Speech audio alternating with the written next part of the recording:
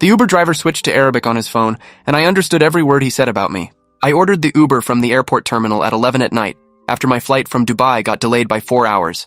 The app said my driver's name was Kareem Hassan, 5-star rating, silver Toyota Corolla. When the car pulled up, I threw my carry-on in the back seat and climbed in front, too tired to care about the usual passenger-driver distance. Kareem looked to be in his late 40s with graying hair at his temples and the kind of weathered face that suggested he'd lived through things most people only read about. He greeted me in English with a thick accent and asked if I wanted any specific route to my hotel downtown. I said whatever was fastest because I just wanted to shower and sleep after 16 hours of travel. We pulled away from the terminal and merged onto the highway, and I leaned my head against the window watching the city lights blur past. That's when his phone rang. He answered it on the car's Bluetooth system and immediately switched to Arabic. I kept my eyes on the window and my expression neutral because nobody in America knew I spoke Arabic fluently. Not my colleagues at the consulting firm, not my friends, not even my family. I'd spent 3 years working for a defense contractor in Jordan doing translation work for military intelligence before I got tired of the moral complexity and switched to corporate consulting. The work had required a security clearance and a lot of non-disclosure agreements, and when I left, I decided to leave that whole part of my life behind. I never mentioned my language skills on my resume or in conversation. It was easier to just be another white guy in a suit who'd never lived anywhere interesting. So when Kareem started speaking Arabic to whoever was on the phone, he had no reason to think I'd understand every single word. The conversation started normally enough. The person on the other end asked how his night was going, and Kareem complained about airport traffic and cheap passengers who didn't tip. Then the other voice said something that made my blood run cold. He said in Arabic, "Did you pick up the consultant yet? The one from the Jordan flight?" Kareem responded, "Yes, he's in my car right now. Looks exactly like the photo they sent. Blonde hair, blue eyes, about 30 years old. He's half asleep." I kept my face pressed against the window, but every muscle in my body had gone tense. Someone had sent Kareem my photo. Someone knew I was coming home tonight and had coordinated to make sure he was my driver. The voice on the phone continued, "Good. Take him to the warehouse on Riverside instead of the hotel. We need to ask him some questions about his time in Jordan, about who he worked for and what he knows." My mind was racing, but I forced myself to stay completely still, to keep breathing normally, to give no indication I understood. Kareem said, "What if he resists? What if he realizes we're not going to his hotel?" The voice replied, "He won't realize until it's too late. By the time he figures it out, you'll already be at the warehouse. Mahmoud and his guys will be waiting. They'll handle it from there." Kareem asked, "And after they question him?" There was a pause before the voice said, "That depends on what he knows and whether he's willing to cooperate. If he's smart, he'll tell them everything. If not." The sentence hung unfinished, but the implication was clear. I was being driven to a secondary location where people would be waiting to interrogate me about my work in Jordan, and if I didn't cooperate, I wouldn't be leaving that warehouse alive. I needed to think fast but carefully. If I suddenly asked Kareem to pull over or change destination, he'd know something was wrong. If I tried to jump out of a moving car on the highway, I'd probably get killed. I needed to buy time and figure out who these people were and what they wanted from me. The voice on the phone was still talking, giving Kareem specific directions to the warehouse. He said, "Take exit 9 off the highway, then go left on Industrial Boulevard. The warehouse is the third building on the right, gray metal siding. Flash your headlights twice when you pull up so Mahmoud knows it's you." Kareem confirmed the directions and the call ended. We drove in silence for another minute before Kareem said in English, "So, you have business in the city? You look like a businessman." I forced myself to respond casually, even though my heart was hammering against my ribs. "Yeah, just consulting work. Nothing too exciting." He nodded and turned on the radio to some pop station, probably to fill the awkward silence. I pulled out my phone and opened my text messages, but my hands were shaking slightly. I needed to contact someone, but I couldn't be obvious about it. If Kareem saw me frantically texting, he might realize I knew something was wrong. I opened a message thread with my colleague Michael and typed very slowly, trying to look like someone casually checking their phone. "Flight landed. Weird situation. Might need help. We'll explain later." I hit send and watched the message turn from sending to delivered. Michael wouldn't see it until morning, probably, but at least there'd be some record if I disappeared. I glanced at the GPS on Kareem's dashboard and saw we were still 20 minutes from downtown, but we weren't headed toward my hotel according to the route displayed. We were heading toward the industrial district on the east side. Exit 9 was coming up in 5 miles. I needed a plan. I could call 911, but what would I say? My Uber driver is taking me somewhere I don't want to go? That wouldn't get an immediate response, and by the time police figured out where I was, it might be too late. I could try to convince Kareem to pull over for some reason, then run, but we were on a highway with no sidewalks and nowhere to run to. The best option seemed to be playing along until we got closer to the warehouse, then finding a way to escape before we actually arrived. I casually asked Kareem, "How long have you been driving for Uber?" He glanced at me in the rearview mirror. 3 years now. Good side job. Flexible hours." His English was decent but heavily accented, and he seemed nervous now that the phone call had ended. He kept checking his mirrors more than necessary, and his hands were tight on the steering wheel. We were approaching exit 9 and my window to act was closing. I made a decision. I clutched my stomach and groaned. "Oh man, I don't feel good. I think something I ate on the plane is not sitting right." Kareem looked over at me with concern. You okay? I don't know. My stomach is really hurting. Is there a gas station or somewhere you could pull over for a minute? He hesitated, and I could see him calculating whether this was genuine or a trick. We're almost to your hotel. Maybe 10 more minutes. You can wait? I groaned again, more dramatically this time. I really don't think I can wait. I might throw up in your car. That got him. No Uber driver wants vomit in their vehicle. He sighed and took the next exit, which wasn't exit 9 but exit 7. We pulled off the highway onto a commercial strip with a few gas stations and fast food restaurants, most of them closed at this hour. Kareem pulled into a 24-hour gas station and parked near the entrance. There's bathroom inside. Be quick, please. I have other rides waiting. I grabbed my carry-on from the back seat, which made him frown. You can leave bag. I watch it. No, that's okay. I've got my laptop in here. I'll just take it. I climbed out before he could argue and walked quickly toward the gas station entrance.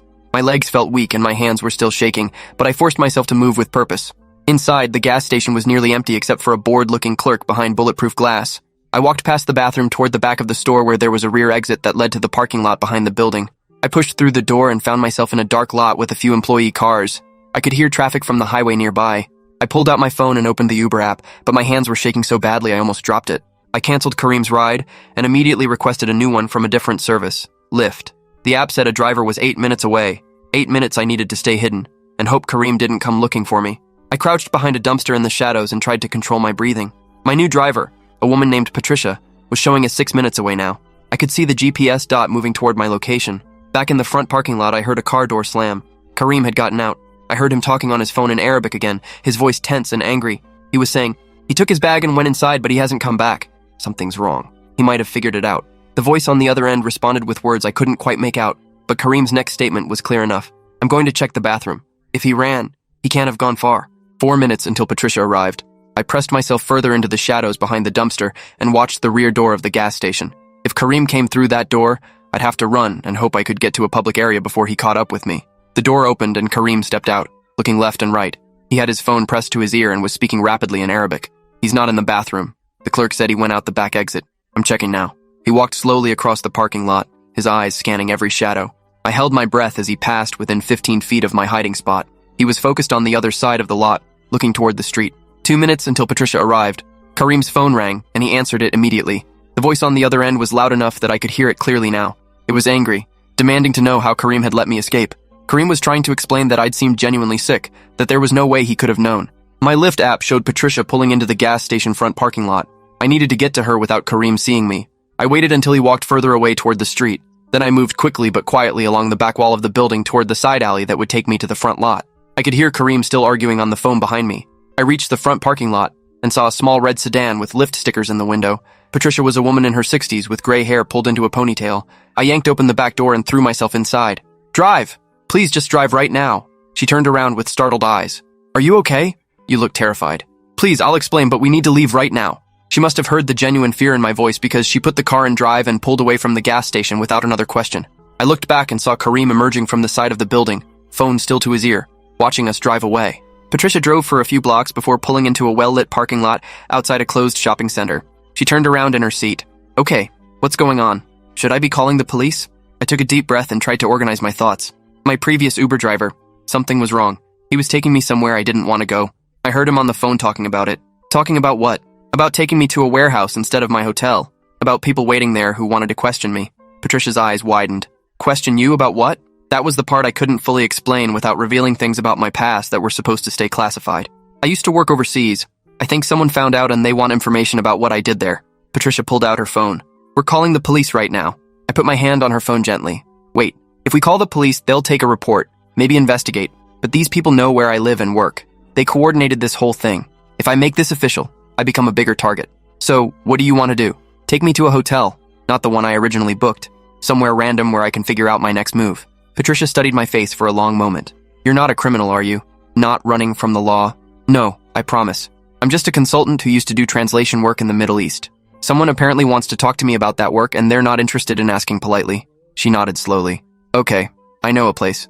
Small hotel near the university. Clean, safe, cheap. We'll go there. We drove in silence for 20 minutes before pulling up to a modest hotel on a quiet street. Patricia refused to accept payment for the ride. You just take care of yourself, and seriously consider calling the police once you're settled. I thanked her and watched her drive away before heading into the hotel lobby. The night clerk was a college-age kid who barely looked up from his phone as I paid cash for a room. I went upstairs and locked the door behind me. then pushed the desk chair against it for extra security. Only then did I allow myself to fully process what had just happened. Someone had tracked my flight from Dubai. Someone had coordinated with an Uber driver to intercept me. Someone wanted to question me about my work in Jordan badly enough to orchestrate a kidnapping. The question was who and why. My work in Jordan had been 3 years ago. I'd been a contract translator working with military intelligence, helping analyze intercepted communications and interview detainees. The work was classified but not particularly exciting. I wasn't some James Bond figure with world-changing secrets. I was just a language specialist who happened to speak fluent Arabic and had a security clearance. But maybe I'd translated something that mattered more than I realized. Maybe some communication I'd worked on had led to an operation that someone wanted revenge for.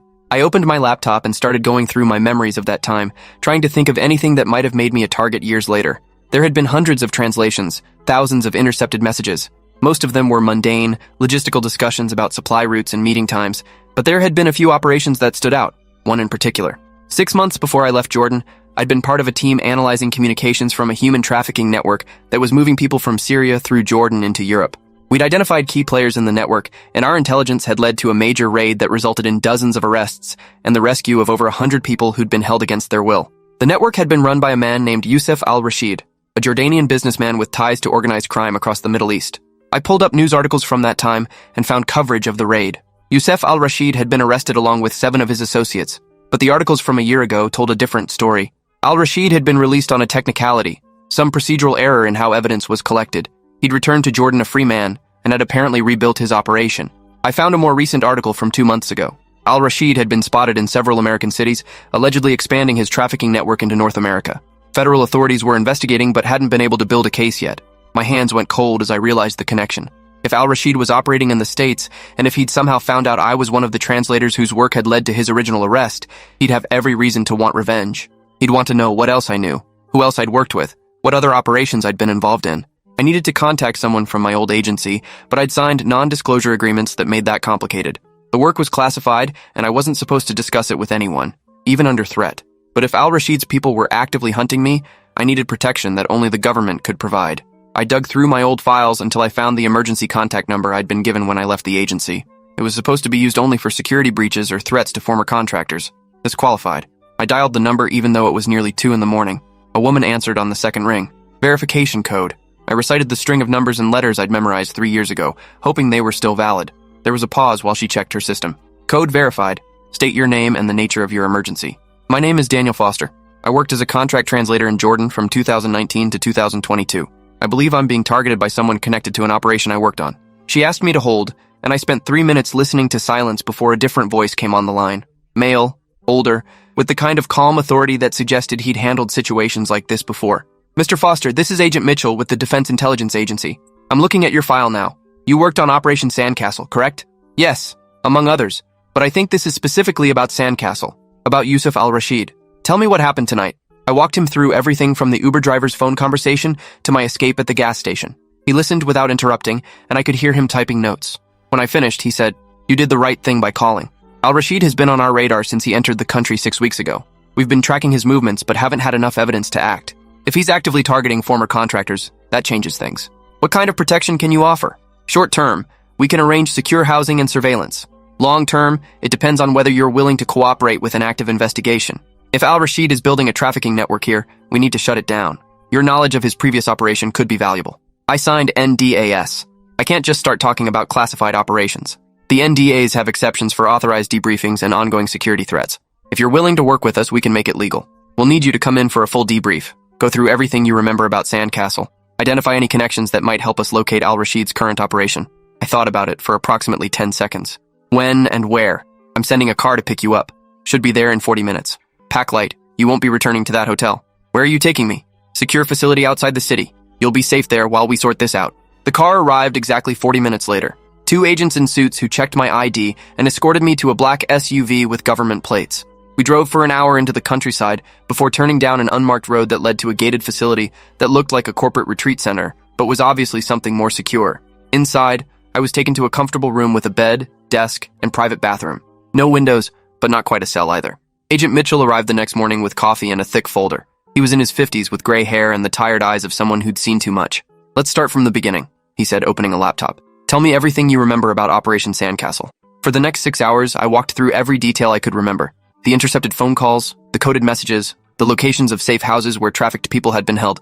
Mitchell took notes and occasionally stopped me to ask clarifying questions or show me photos of people I might recognize. Near the end of the debrief, he pulled up a surveillance photo. "Do you recognize this man?" It was Kareem, my Uber driver from the previous night. That's the driver who tried to take me to the warehouse. His real name is Kareem Al-Naduri. He's Al-Rashid's cousin, been in the States for 5 years. We've been watching him but didn't have enough evidence to arrest him. Until now. Until now? Your testimony about what he said on that phone call gives us probable cause to bring him in for questioning, and his phone records will lead us to the warehouse he was taking you to, which will lead us to other members of Al-Rashid's network. So I'm bait. Mitchell smiled grimly. You're a witness. But yes, your involvement has accelerated our timeline considerably. We were planning to move on Al-Rashid within the month. Now we're moving within the week. Over the next 5 days, I stayed at the secure facility while the DIA built their case. Mitchell kept me updated on developments. They'd arrested Kareem and several other associates. They'd located the warehouse on Riverside and found evidence of human trafficking, financial records that connected to Al-Rashid's previous operation in Jordan. The case was coming together, but Al-Rashid himself remained elusive. He'd gone underground as soon as his cousin was arrested, and they were having trouble locating him. On the 6th day, Mitchell came to my room with a proposal. We want to use you to draw Al-Rashid out. Absolutely not. Hear me out. We'd have full surveillance and tactical teams in place. We'd control every aspect of the situation. But Al-Rashid wants to find you, wants to know what you know. If we let him think he's succeeded, he'll surface and we can grab him. You want me to let myself get kidnapped? We want you to attend a meeting in a controlled environment where Al-Rashid thinks he has the upper hand, but we're actually running the show. You'd be wearing a wire, we'd have agents in the building, and you'd never actually be in danger. I thought about the 100 people who'd been rescued in that Jordan raid. Thought about however many people Al-Rashid was trafficking now. What would I have to do? The plan was elaborate but simple in its core concept. I would return to my normal life, go back to work, act like nothing had happened. The DIA would spread word through their informants that I was back and unprotected. Al-Rashid would make another attempt to grab me, but this time, they'd be ready.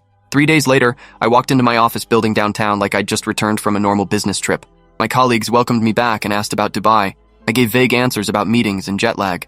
I went through the motions of normal work, all while knowing that DIA agents were watching my every move from surveillance vans and office building across the street. On the 2nd day back, I got a call from an unknown number. I let it go to voicemail. The message was in Arabic. Mr. Foster, we know you understand this language. We know what you did in Jordan. We'd like to discuss this with you in person. Come to the Riverside Cafe tonight at 8. Come alone or people will get hurt. I played the message for Mitchell through a secure line. That's it. That's him making contact. You okay to do this? Do I have a choice? You always have a choice. But if you want to end this threat permanently, this is how we do it. That evening, I walked into the Riverside Cafe at exactly 8. It was a small Mediterranean restaurant in a quiet neighborhood, nearly empty on a Wednesday night. A man in a dark suit sat in a corner booth and gestured for me to join him. Youssef Al-Rashid looked older than his photos, with gray streaking his dark hair and deep lines around his eyes. He smiled as I sat down, but it was the smile of a predator. Mr. Foster, thank you for coming. You didn't give me much choice. There's always a choice. You chose wisely. He signaled the waiter and ordered coffee for both of us in Arabic. Then he switched to English. You cost me 3 years of my life and millions of dollars in business. That operation in Jordan was very damaging to my organization. You were trafficking human beings. You deserved worse than 3 years. His smile disappeared. I don't need your moral judgment. I need information. I need to know who else worked on that operation. I need names of other translators, other analysts, other agents.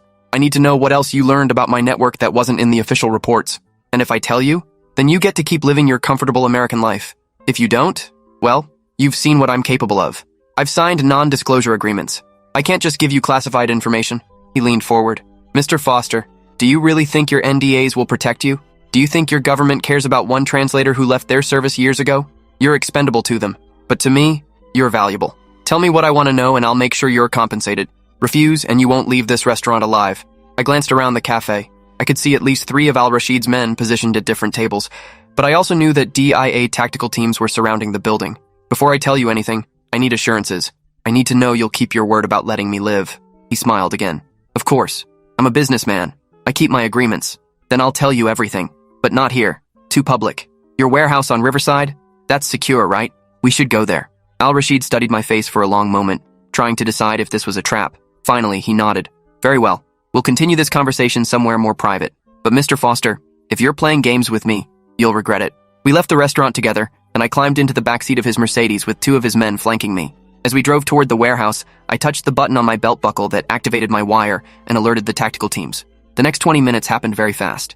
We arrived at the warehouse, and Al-Rashid led me inside to an office space where he clearly felt comfortable and in control. He offered me a seat and began asking detailed questions about Operation Sandcastle. I answered some honestly, stalling for time, waiting for the signal. It came in the form of flashbang grenades exploding simultaneously at 3 different entrances. DIA tactical teams swarmed the warehouse with weapons drawn and voices shouting commands. Al-Rashid tried to run, but was tackled by 2 agents before he made it 10 feet. His men were subdued with similar efficiency. Agent Mitchell appeared at my side. "You okay?" "Define okay. You did good. We got him on attempted kidnapping, witness intimidation, and the trafficking charges are solid. He's going away for a very long time." I watched as they cuffed Al-Rashid and read him his rights. He was screaming in Arabic about lawyers and rights and false arrest, but the wire recording had captured everything, every threat he'd made, every admission about his trafficking network. It was over. The next few months were consumed by depositions and court proceedings. I testified about the kidnapping attempt, about the phone call from Karim, about the meeting at the restaurant. The trafficking charges came with testimony from victims his network had exploited, and the evidence was overwhelming. Al-Rashid was sentenced to 45 years in federal prison. Karim and 4 other associates got similar sentences. The DIA offered me a permanent position doing similar translation work, but I declined. I'd had enough of the intelligence world. I went back to corporate consulting and tried to return to normal life, but normal felt different now. I found myself constantly checking for surveillance, always aware of my surroundings, jumping at unexpected phone calls. The therapist the DIA connected me with said I had mild PTSD, and that was normal after what I'd experienced. She taught me coping strategies and helped me process the trauma. A year later, I got a letter forwarded through my attorney. It was from a woman named Aisha who'd been rescued during the Jordan raid. She'd been held by Al-Rashid's network for 8 months, moved from safe house to safe house, forced to work in conditions she described as slavery. She'd eventually been freed and granted asylum in Canada, where she was now rebuilding her life. The letter thanked me for my work on the operation that led to her rescue. She said knowing that someone had cared enough to spend hours translating communications and building the case that freed her meant everything. That the people who'd worked behind the scenes were just as important as the agents who'd raided the houses. She ended by saying she hoped I knew my work mattered and had saved lives. I kept that letter in my desk drawer and read it whenever I wondered if I'd made the right choices. The skills I'd tried to leave behind had ended up saving my life. The work I'd done years ago had mattered enough that someone wanted revenge, and in the end, justice had been served. I still drive for Uber sometimes when I travel, but I'm more careful now. I check the driver's photo against their face. I pay attention to the route, and I never, ever pretend not to understand when people speak languages they think I don't know. Because sometimes the most dangerous thing you can do is underestimate what other people understand. And sometimes the most powerful thing you can do is listen carefully when people think you can't hear them. That night with Karim taught me that language is more than just communication. It's survival. It's power. It's the difference between being a victim and being someone who can fight back. And that's something worth remembering whether you're in an Uber or anywhere else in the world. Always pay attention. Always stay alert. And never assume you're safe just because people are speaking a language they think you don't understand. Thanks for hanging out till the end. If you want more crazy stories, make sure to subscribe and leave your take below.